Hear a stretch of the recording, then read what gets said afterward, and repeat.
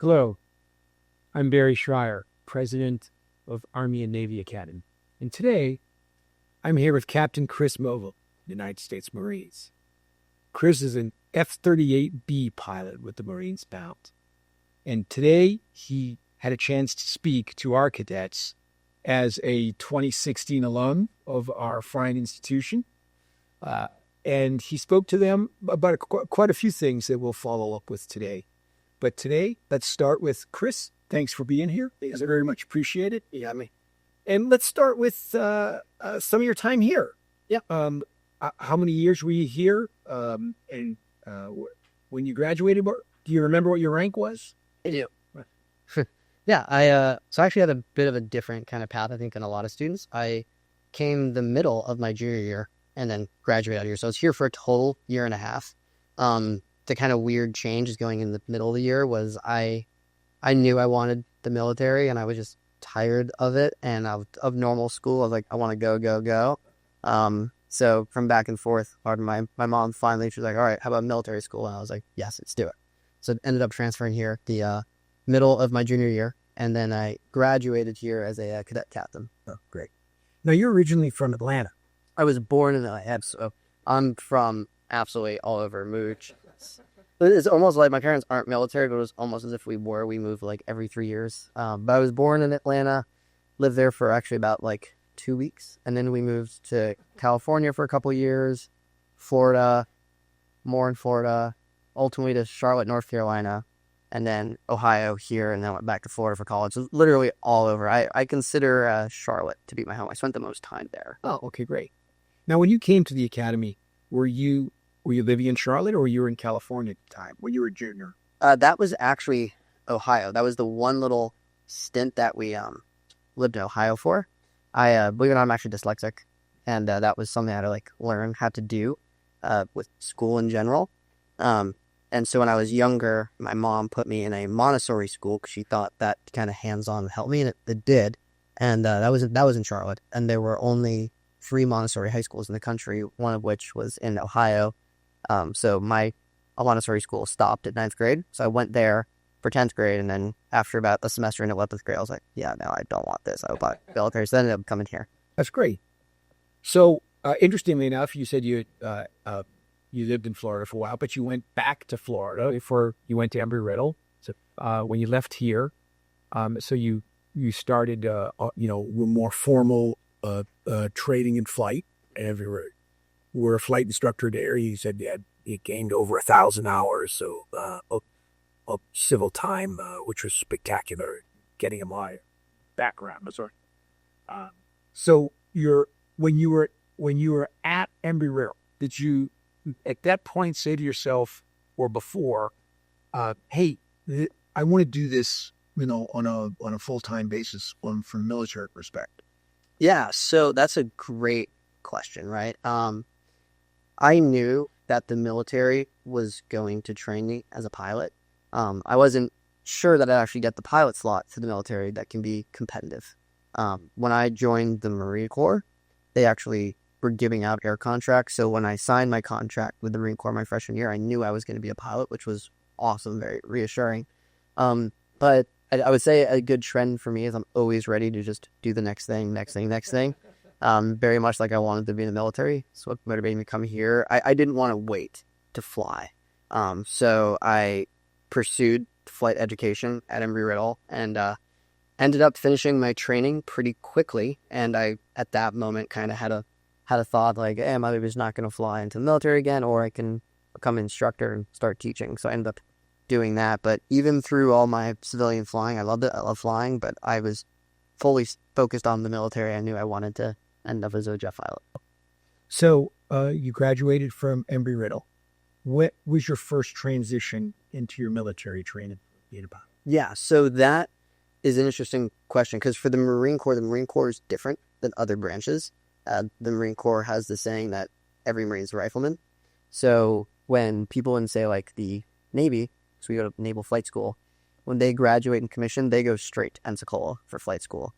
In the Marine Corps, we have to actually go back to Quantico, Virginia for about 6 months, learning all the infantry stuff on the ground. So we were at Quantico for about 6 months first, and then finally get to go down to Pensacola. So So how was that 6 month experience? Because here you are saying to yourself, hey, I want to be in the air, right? And I have to mud right now. I think it's funny because I mean I have great memories from TBS.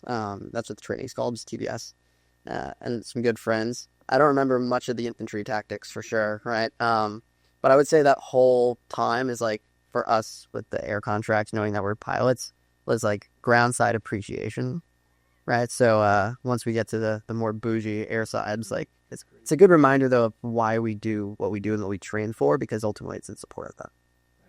How are the guys you're training with? Oh, they're good. It was funny. Do they treat you differently at all? I mean, they could. There were a bunch of guys. I mean, I wasn't the only pilot, right? So we had our little pilot posse, I guess. And there was a bunch of the guys who wanted to be like infantry. They're like, yeah, rifles, cool. But believe it or not, every Marine officer goes there. So we even had lawyers that are going to be jacks that still had to go shoot stuff in the woods for 6 months. Right. So I would say there is the brotherly kind of jabbing, like, oh, here's the pilot. But all in all, it was a good group. So you leave that your basic train, and you go on to what? Yeah. So after I finished officer candidate school, that was like the entry school. I actually went back to college for a year because I had to finish my degree. So that was really cool going in my senior year as a Marine, back to college, dressed out high. It was cool. It was a cool feeling. Then graduate college, commissioned as an officer, and then straight up to TBS. And after the 6 months in Quantico, you're in Pensacola Beach, where I fly. Yeah.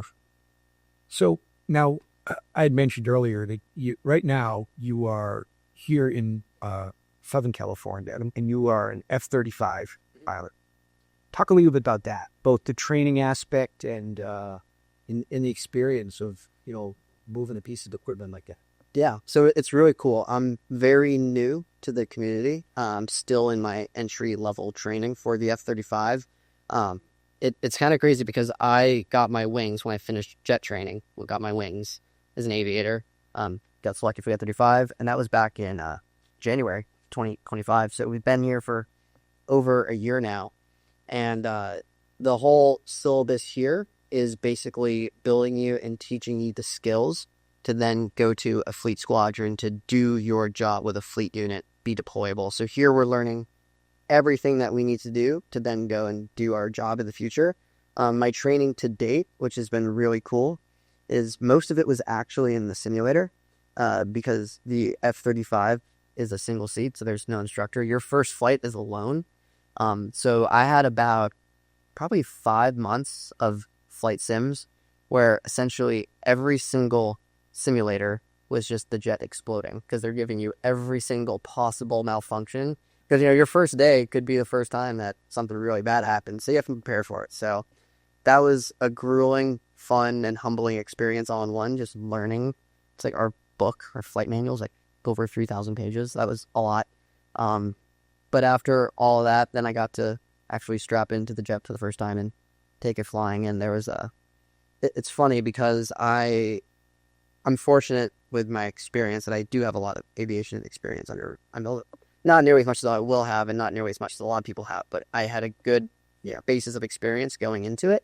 But my first flight in the F-35, when I took off, it felt just like my first solo in the Cessna after, where I had the feeling of like, I'm airborne. Well, I really got to put it on the ground now. It's all up to me. So let's hope this goes well.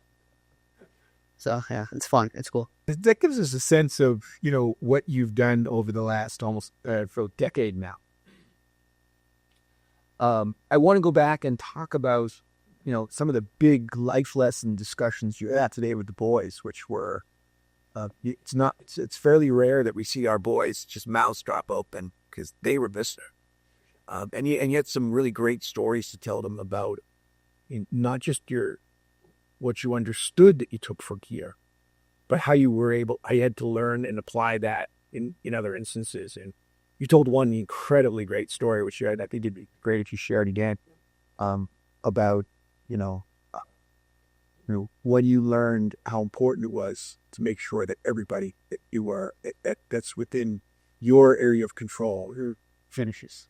Yeah, absolutely. So that was before I'd even gone to officer candidate school. That was my freshman year at Embry-Riddle. So because of the military training I had here, I knew the military structure, right? I wasn't going into it completely blind. Like I knew I wear a uniform, I knew how to blouse my food, say I knew what it felt like to be held to a standard, and I was in shape because we do a lot of physical things here. So quickly, I was selected as platoon commander for the Marine Corps program there, and the Marine Corps program at Embry-Riddle is basically you train during the year, physical training, and some classroom kind of discussions to get you ready to go to officer candidate school, which is also in Quantico, and that's where it's the crucible, right, so to speak. The enlisted actually at the crucible, but that's the trial by fire. And so we're there to train and get ready for it. And our commanding officer, Captain Dellinger at the time, he put me in command to basically get everyone ready to go to OCS over the school year. And that's where the story that I shared, going in to Embry-Riddle at that point in my life, I really viewed leadership as like a rank rather than a responsibility. And I thought it was based on your own accolades and your abilities. So I figured, hey, if I'm the strongest, I'm the fastest, I'm the smartest, go down the line of adjectives, then I'm the leader. I'm setting the example through how awesome I am, right?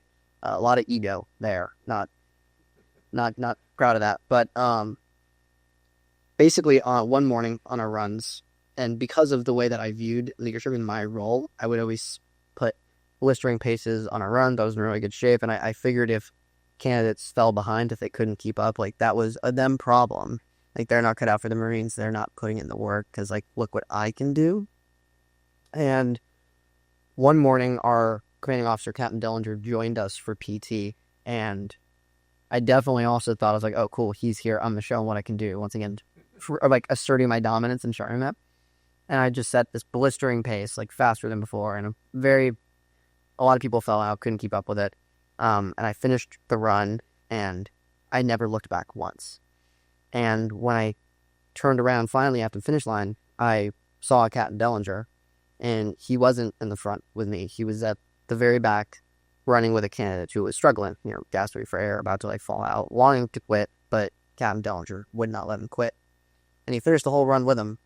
And I remember at the end, I was like, all right, cool. Now the captain's going to come tell me how great of a job I did. That's not the case. He basically got right in my face and asked me, it's a very simple question. He said, how many people do we have? How many people saw another run? And in that moment, I went cold because I had no idea. I hadn't counted. I hadn't looked behind once. It was all me, me, me, me, me. And then he told me, if you ever don't know how many people we have again, I'm going to fire you for your position. And that definitely kind of rocked my world, right? That was a big crack, like, whoa, okay, I'm doing this wrong. And then immediately, though, gave me a solution. He told me very simply that as officers, we rise by lifting others. And it was in that moment that I think a lot of the lessons that I had learned in Army Navy, like, kind of clicked or caught fire for me and just changed my perception. So I think Army Navy gave me, like, the kindling, right? They were always teaching me that. They were always putting it there for me. Like, they're building this whole fire, but there was nothing to, like, light it off for me. I had to experience that failure on my own. And then in that moment, it lit fire, and then all the wood that Army Navy had built just immediately went ablaze, and it completely changed my entire perception on leadership in that moment, that your rank is not a privilege, it's a responsibility. Let me ask you this, because I thought that story was incredibly meaningful, and I was watching the boys at the time, and I was watching on leadership, in particular, battalion staff, and I could see them sort of, their eyes get real wider. And I see that. How did it change you that next day, that next PT and the weeks after that? Yeah. How was me different? How was I different? So immediately I realized that my job is to serve them, right? My job is to train them, because as officers, we rise by lifting others, right? Like, I realize that if I'm going to run with a guy who's struggling, like, that is my job as leader, is to be there with a guy who's struggling, right? To lift him up. Maybe for me personally, I don't get the best workout, but my needs come second to that. It's on me, on my own time, to do my own thing, right? So in that moment, I always then try to put myself with the people that were struggling and help them and not yell at them, be like the human, help rise them up. And then I also then figured out too, though, that there are some people that they're there to work out, right? And they are in better shape than guys struggling. So at that point, I typically built up like 2 different like ability groups, so people that want to go fast, like, hey, you guys stick together, you're in charge, I'll see you back here at this time. Right. I'm gonna hang back with the guys who are struggling. I would push and coach them or I will. How do you think that changed your relationship with them? Oh, completely. I think before that they probably thought I was a jerk, right? For like the better term. Like screaming, being like all pompous and confident. Did they ever come to you with it? I think there was so much that went on for you at that period. I mean, it's literally a very formative point in your life because you remembered very clearly. Yeah. I wonder, I think that it must have been as meaningful to them to know that somebody was going to be there for them, care about it. I think it did, right? Because I never really had someone directly come up to me and say like, wow, you were really a jerk before. Yeah. I never got that directly. But what I did realize is all of a sudden, right? Like the people that I started working out with, like leading them, before that, they would just show up to PT, do what I say, we go home. That's like the end of it. But then after I realized like, hey, that's not the way to lead people. All of a sudden now, like we're getting texts like, hey, do you want to go get dinner later? And then we start becoming friends. We start hanging out. Now and it's not just them, but it's me as well. We're doing a much better person, building friendships. It just becomes the team comes together, right? In more ways than just work. So that was the difference that I noticed. Like, hey, we're actually coming together. We're caring about each other. And we're having fun. We talk a lot here on the campus now about, what it means to be a virtuous young man and the burden of leadership, how difficult it is and how some people just really aren't not necessarily cut out for it because it takes so much. Yeah. And I thought your story was just masterful because Reed said something we say here a lot, which is the leaders eat last, right? He told a story today about saying sometimes you got to eat really fast because you're going to be the last one to eat. It's not a lot left and we're on the move. Let's go. Yeah. Right. I think that was very meaningful to me. Right? It is something that you often hear, we have to talk about a lot. Leadership isn't just a rank or insignias on uniform and ribbons and all if those accolades. It's about what you end up accomplishing and how you affect others. And I thought your story was great and about how meaningful it was for you to need that personal experience, understand, I'm just getting this wrong. And it shows up in everything that you do. Gosh, I think it was helpful for them to certainly hear it. I think it was great that you were able to share it the way that was so stark. That be something they can completely understand. So, and it was, you like I said, you could see it. It's something that it's a very hard thing, even as we talk about it on a regular basis. You need an event, right? We could talk a lot about why failure is so important. And you consider that like here you had this perception that you'd been acting, right? I mean, this is what you do to lead, right? You try to bring your people to excellence, so be excellent yourself, right? And stand as an example.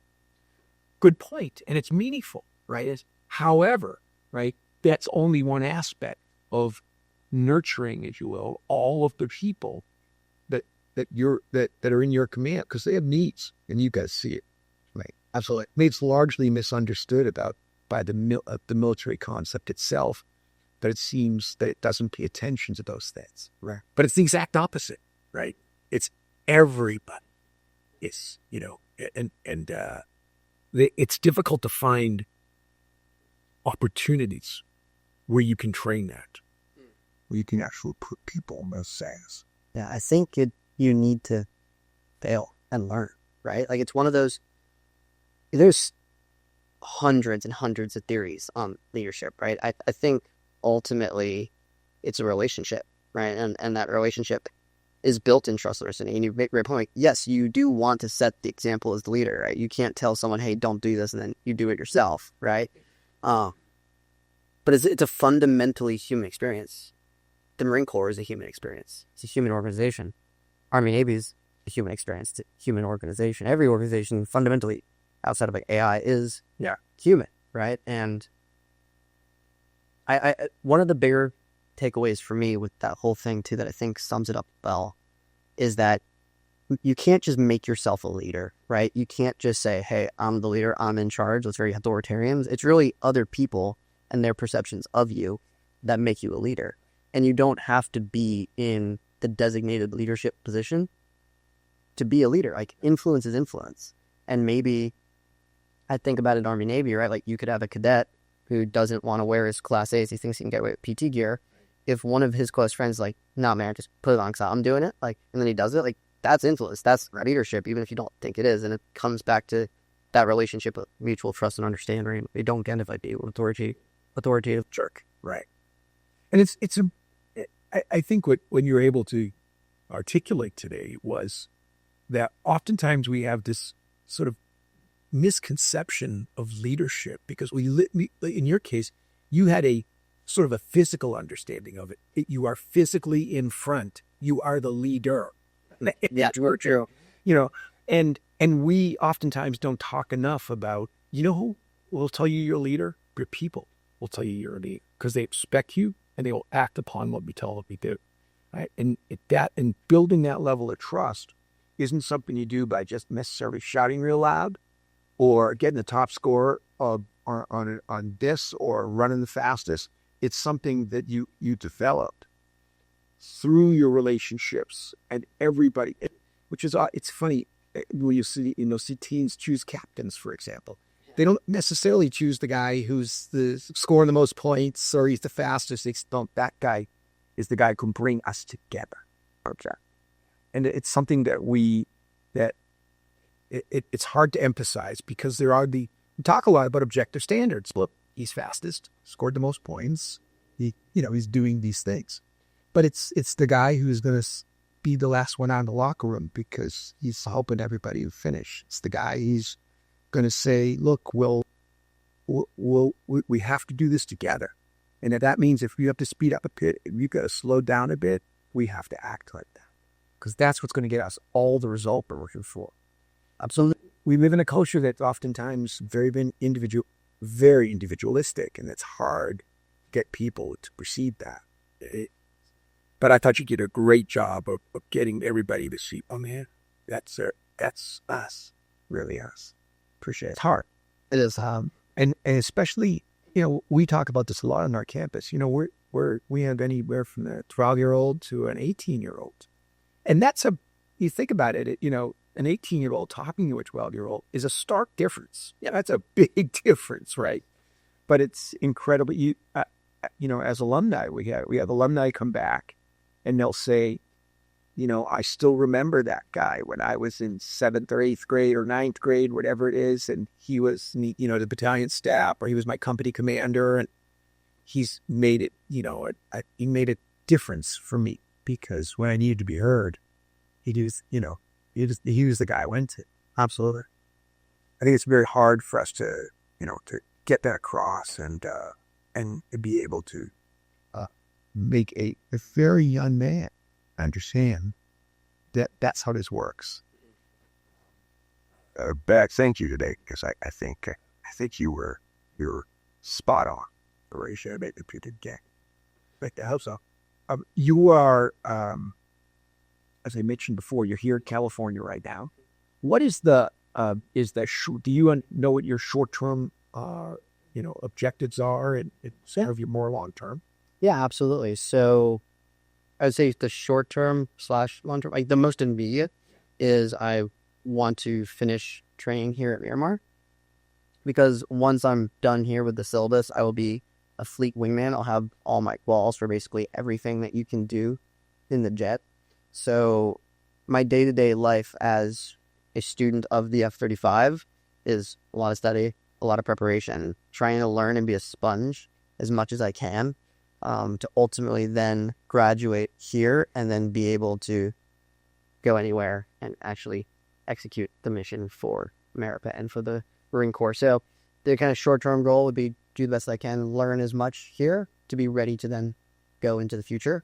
I would say long-term goals are kind of split at a fort, right? Because I definitely have goals in the Marine Corps. I want to do the best that I can for the Marine Corps, wherever that takes me. You can't predict the future of where the military is going to tell you to go or what they're going to tell you to do. But I think one thing that I've learned from the military side of it, because it's a huge part for me, is that, you can't control your future, so grow where you're planted.